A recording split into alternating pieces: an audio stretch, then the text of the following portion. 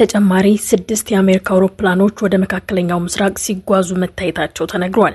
ቢያንስ 6 የአሜሪካ ወታደራዊ አውሮፕላኖች ከአውሮፓ ተነስተው ወደ መካከለኛው ምስራቅ ሲጓዙ ፍላይት ራዳር 24 በተባለው ታዋቂ የበረራ መከታተያ ድረገጽ ላይ ታይተዋል።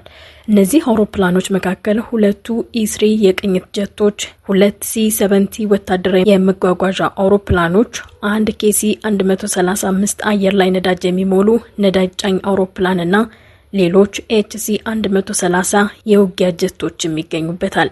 እነዚህ ተጨማሪ የአሜሪካ ወታደራዊ አውሮፕላኖች ከአውሮፓ ተነስተው ሲጓዙም ታይተዋል።